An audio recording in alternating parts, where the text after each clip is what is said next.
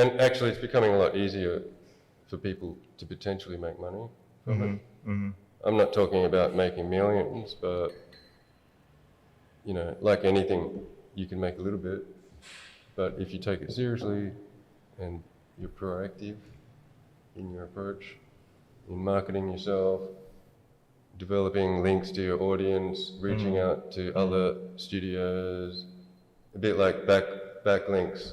You're getting people to mention you, to go and visit you. Well, again, when it comes to your music, it's your business, right? So you have decisions and you have choices.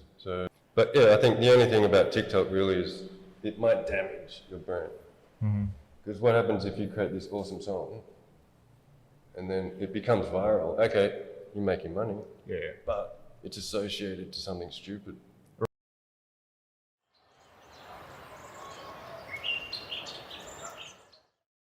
Welcome to WHITESPACE Thinker, bersama saya Aldrian. Kali ini saya bersama Bapak Michael Jordan.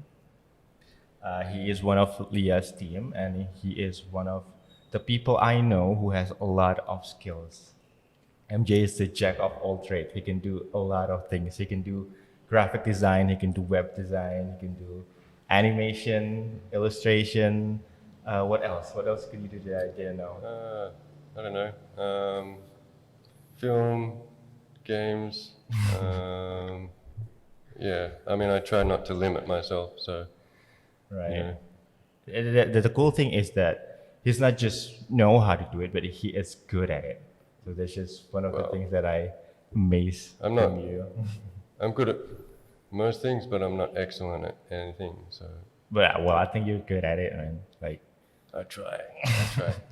At least I spend time trying to figure things out. So. Yeah, but of all of the skills that you have, you once told me that one of the things that you really like the most is actually music. Yeah. Right. So I'm just wondering why, because for me, music is really hard, man. Like, to be honest, to produce a music for me is almost impossible. Even just to play an instrument is really hard because it's very, very complex and a lot of things going on. How about you? Yeah. Why do you like music? I mean, I grew up listening to all kinds of music because my parents, they're from a different generation and they're old school. So I was able to listen to their music, which was, jazz and stuff like that. Right. And then I had 3 other siblings and they have their own era of music. So I was able to listen to their music as well and then kind of find the kind of music that I liked. But as a young kid, I was introduced to Kiss. Oh, yeah. And so every morning before school, I would get ready and turn on the record player and pull out the tennis racket and start, pretending I was singing with Kiss every morning before I catch the bus. But that kind of inspired this idea, I guess, in my mind that I wanted to play guitar. Right. So when I was old enough, I got my first job delivering newspapers and I saved up to buy an electric guitar. All right, cool. So that's where the love came. And then you start to learn how to play an instrument. Yeah. But since when do you start to composing music? Because I know that you could compose music. Well, probably when I was around 19 with my friends. Yeah. We would get together and consume alcohol to a point that was probably not recommended. The beginnings of a software called Fruity Loops, which is a tool that I've slowly been getting. I'd like to say getting better at it. It's still hugely complicated. Every time I turn it on, I think it's a learning experience every time. Because it's so crazy. But I saw the beginning of that software where it was literally just a drum machine. Now you can create pretty much anything. Right. Like there are famous DJs or composers using Fruity Loops. Well, they've changed the name to FL Studio. But I explored a few others, but I found this one to be easier comparatively. But yeah, that was I was interested in that. I had friends who were interested in music. Right. So I guess that helped. Yeah. But are you still producing music until now? Yeah. Well, last week I was working on something, and to be honest, I think it's probably one of my best All right. in terms of technical skill. All right. I think we need to show it here later. right? Well, I'll show you later in the Yeah. demo. Mm-hmm. I'll talk about using FL Studio Mm-hmm. for a couple of minutes. But yeah, when I mean better, I mean just understanding how to build each section of the song. Mm-hmm. So you got like the intro, the build up, and multiple things coming together. Right. So you play different instrument and then you record it. Well, I'm using synthesizers, so I'm not actually playing anything. I'm inputting the keys into digital format. Like you've got like a simulated piano, so you can put the notes where you want it to happen, right? And the synthesizer is just the tool that plays the samples of the sounds. But from your experience, MJ, from you start making music until now, for you, music is just a hobby, or have you ever made money from I making think music? majority was it's a hobby, but I have done it for various things. I used to make music for games, for Nickelodeon. Nickelodeon? Yeah, so I'd make cheesy 80s type arcade type music, pixel type 8-bit, whatever you call it. And then I would advance into a bit more sophisticated sounds. Right. And then I've done music for ads, corporate profiles, But background music. like, how was the start? Like, how do you start making money from music? Like, what's the first step? Like, how do you do that? How do you make money from music? I've never really looked into it as a business for myself, but obviously, like any other business, you have to consider, like any business, you have to create a plan. Right. So you got to do some research. You got to understand who is your potential audience. Just like setting up a branding agency in Surabaya, who do I target? What are people listening to? It's almost a bit like doing SEO. So you're analyzing the demographics, you're looking at your own web data, you're looking at what the social data is in terms of, what people are listening to from your channel and stuff like that. Whether you're using TikTok, Instagram, YouTube, SoundCloud, or whatever. But you're able to look at the statistics and figure out, okay, these are the types of songs that people are interested in. This is the age group, this is the location, and you're figuring out, or you're digging deep basically to figure out why people might like you. And that comes from research, not only yourself, but looking at others. So and then you start to make music based on that data, or because it's like starting anything. If you don't have a plan, you don't know where you're aiming towards. Because I don't know, from my understanding, musician artists, they make music for self-expression, right? It's not really they doing research and think about the business. Sometimes they don't even you've got care about the big players and you've got the amateurs, Oh yeah, I see. It's just like you've got the graphic designers who do freelance their whole life, where you've got the people who, open up their own business. Right. So the people who open up their own business are the smart, dedicated, intelligent, and diligent risk takers, and they're the people that go through the hard legal aspects and push away the mist. Push the mist away so they can get through the difficult complexities of running a business. So you need to understand who it is, who's your audience, what are their interests. It's about unifying your platform. So there's millions of things. Like you're saying, like in the music industry, you've got people who write songs, like albums. But then you've got this other aspect of the digital music industry, which is mainly about making money from samples. So, say for example, you're selling something on TikTok as a reel, like the music for a reel, right? And it's only like 15 seconds, right? So you're licensing that particular segment of your song. But yeah, basically what you've got to do is really think about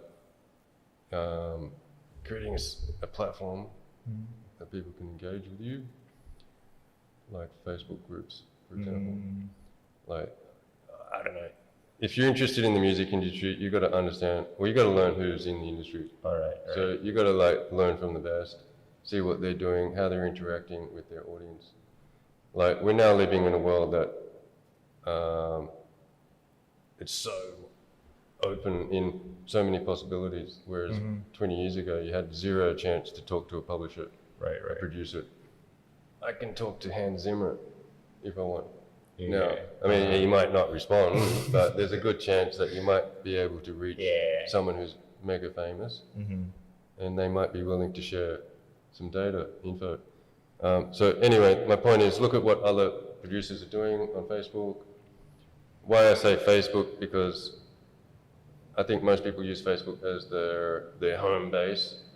You've probably got it open on your computer most of the day, whereas Instagram you look at for 5 minutes. Flip, whatever. Right. Facebook groups are places where people come together and chat and blah, blah, blah, share and whatnot. But to do it properly, you've got to create a system that, attracts that audience visually. The language that you use has to be appropriate for that audience. It might be cool lingo or something, or a bit more sophisticated, or whatever, depending on the audience. Yeah, but talking about business and platform, since you mentioned TikTok, I remember that last year I read an article that says that many musicians and creators have taken a stance against TikTok because their label is holding back their song release because their label is waiting for like a viral moment, and it's kind of limiting their expression for music. How do you say to that?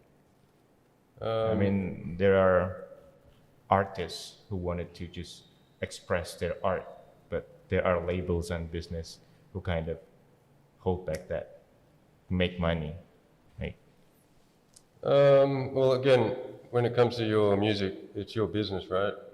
So you have decisions and you have choices. So, okay, fair enough. You made the decision to sign up with that producer or that distributor, I guess, which then they place agreements on certain, you can't do this, you can't do that. Well, at the end of the day, you're the one that signed that contract, right? Right. No one's forcing you to do that. Yes. But if you're looking at making money off these platforms, fully makes sense to do it. Right? But the problem is, the only restrictions that I'm aware of is that, there aren't any on TikTok. So, for example, if you want to start monetizing your content on YouTube, there's actually quite a lot of restrictions. Like, you have to have 1,000 followers. You have to have 4 hours of viewership and all these other things.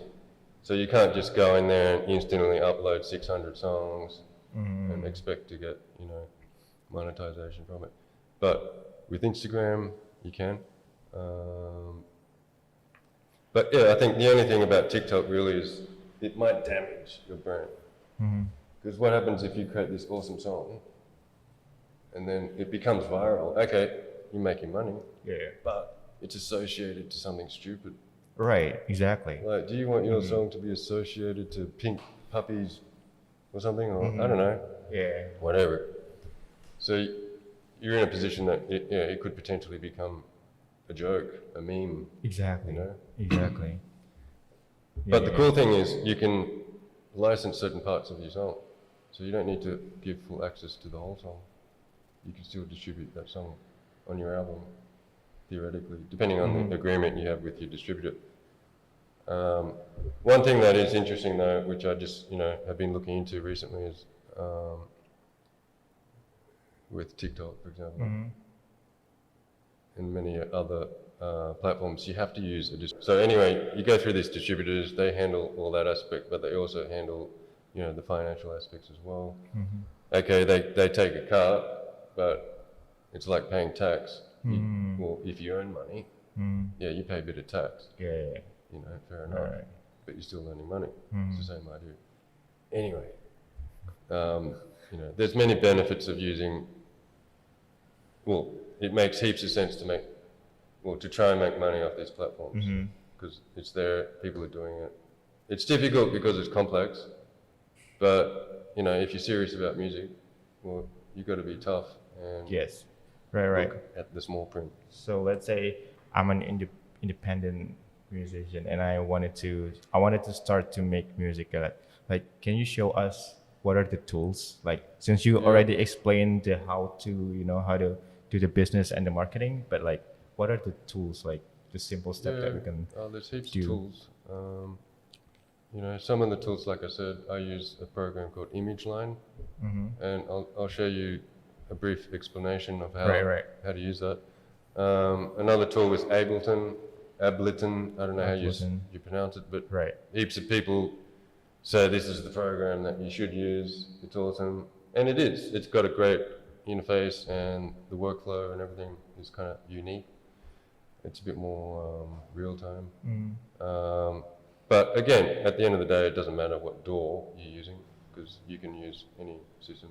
They're still using the same synthesizers and ability to play loops and so on. And there's heaps of software out there. And there's millions of VSTs. Basically, they're plugins. So you've got different synthesizers, and there's millions of those that you can use within the program. Right. Like, for example, auto-tune. So you can upload auto-tune, so you can start singing like, I don't know, what's his name, Kanye or something. So there's heaps of tools out there, and I'll show you. Yes. Here is the FL Studio. So as you can see, it's playing along. You can see the master board. And this controls all the audio of all the tracks. As you see on the right, there's some effects. Now this is the timeline of all the multiple samples that you've created. This is where you put all your instruments, like your synthesizers. As you can see, it's quite complicated. I see that. There's like a million buttons. Yeah. It's taken me years to just even get anywhere near, to pretend to understand what's going on. Sorry, how long did it take for you to actually understand? Look, I'm still learning it. Alright. But, probably like almost 20-something years. As you can see here, you can go in and individually add the notes for each sample, I guess you'd call it, or segment. I don't know what the specific term is, and it will play along, and then you can then multi-layer and add different aspects to the tune to build it up. As you can see, there's just so many options for each instrument, and so on. Like, look at that, it's just crazy. Like, where do you even start? So you can edit every single aspect. So you've got the drums, you've got the keyboards, you've got the melodies, and you just slowly build it up. On the bottom, you can also see a thing called automation, which you can then assign actions so to everything that's on here. So you've got like this thing here, the side chain they call it, I think. But basically what it does, it affects the knobs. So you can assign, if it's up, it means it's fully toned. If it's down, you can make it wobble. Give it all kinds of effects and so on. But anyway, that's the basics of what FL Studio is about. The easy bit, I guess in some way, is making the tune. The hard bit is mastering. Mastering is exporting the sound so it sounds perfect, beautiful, and it's really hard. Like, every song is a work of art. There's never just one button that you press and it just masters the song perfectly to sound like, Katy Perry quality. It's pretty hard. In fact, sometimes music producers will send it off to a sound engineer and they will fix it because it's hard. Yeah, right. Basically, what you're talking about is separating each instrument so it's really clear and not cancelling each other. Right. But anyway, that's one tool that I like to use, and maybe you want to have a practice or try one day. Yeah, you'll have to teach me that one day. I'd be happy to. Yeah. Thank you so much, MJ. All right. Okay, have fun. Have a look. You can get the demo. It's free. Right. Plugging the program. Pay me, FL Studio. Okay. Thank you, MJ, for your insight on music. But before we wrap this up, I want to ask you this last question: Is how does music contribute to your life? I think, I don't want to start raving on, but it's definitely a spiritual thing. I think all humans have it within them. Yes. You see babies, dancing to music. It's part of our soul, I think. It's the rhythm of the universe. Yeah. Without music, you might as well just kill yourself. Right. I don't know. Don't do that, children. But I don't know how anyone could live without it. Exactly. Like, when I work, I have to listen to music. It helps the machine move. Yeah. What about you? For me, I don't know, man. Music is like, there's this musician said that music is church without God, and for me, it's really true, man. I can't imagine my life without music. God. It is. Yeah. You look at the maths of music. It's playing in the universe, the sounds, and it heals people. It does all kinds of things. Right. It builds emotion. Exactly. Yeah. It's amazing. It's awesome. So we talk about music, it's never ending.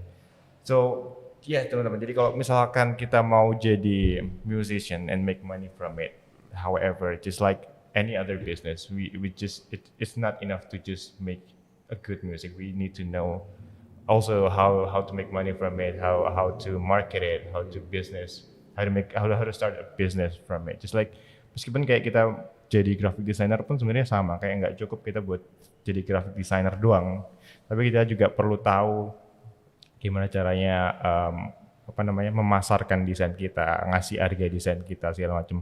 Jadi nggak cukup buat punya satu skill doang, meskipun itu sangat bagus, tapi tetap juga kita perlu mempelajari skill lainnya supaya satu skill yang kita punya ini bisa semakin berkembang gitu loh, kayak yang tadi MJ bilang.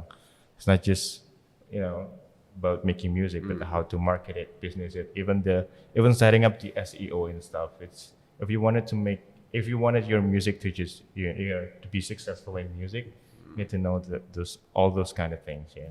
Yeah, I mean, it's like any business. Like, say you're an author, you could publish books on Amazon, and no one's going to buy it. Exactly. You got to get people to know about it. Yes. To know about you, and and so on and so on.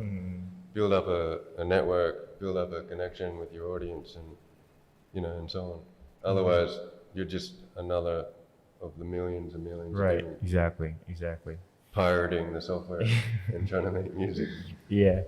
Masalahnya kan ada jutaan orang juga di dunia yang melakukan hal yang sama. Kita harus cari cara supaya punya kita bisa kelihatan beda dan menonjol daripada yang lainnya, begitu. So, thank you MJ for your insight. Thank you. Good. Thank you for joining this white space, and I'll see you next week, thinkers. Bye bye.